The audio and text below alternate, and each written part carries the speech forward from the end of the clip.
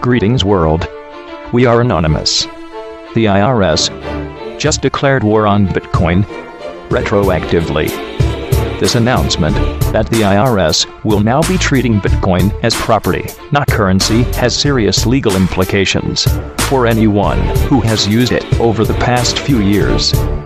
On March 25, 2014, the IRS issued a unilateral edict which instantly puts the entire US Bitcoin community in legal quandary.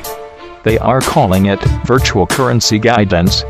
The new rules designates all cryptocurrencies as property, not as currency, and states that any increase in value between the date of acquisition and the date of sale counts as capital gains and is taxable.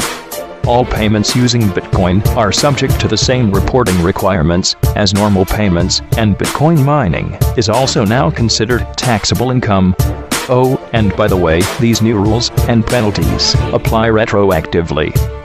If you run now to grovel at their feet, they may be willing to reduce those penalties somewhat if you can convince them that you had a good reason for not reading their mind in the future. Their new law: taxpayers may be subject to penalties for failure to comply with tax laws.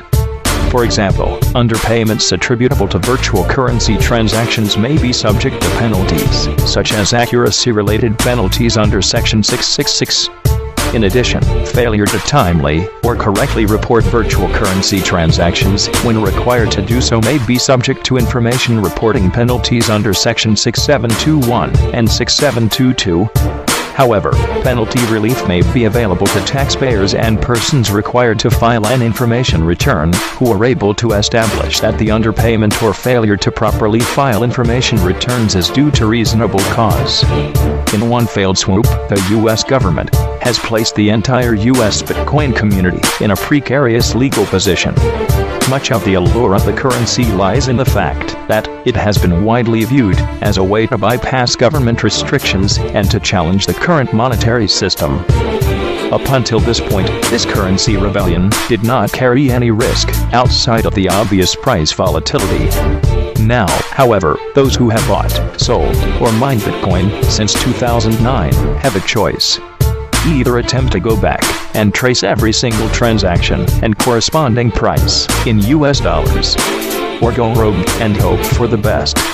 Considering the libertarian leanings of the Bitcoin community, it is unlikely that many will comply. The real question is whether this will push people to keep Bitcoin gains from touching their traditional bank accounts, or whether they will reduce their interaction with the currency. The decision to apply these rules retroactively may have another unintended consequence, given the massive undertaking that retroactive bookkeeping would entail. Many Bitcoin users are very likely to make a conscious decision not to obey. For many, this could very well be the first time that they defy the federal, not our supposed to be government, tax collectors.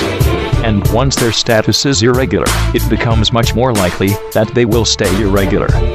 For those of you who had chosen another form of currency resistance, like precious metals, do not be so quick to snicker and say, "I told you so." These rules set precedent, may very well be applied to gold and silver in the near future, and retroactively.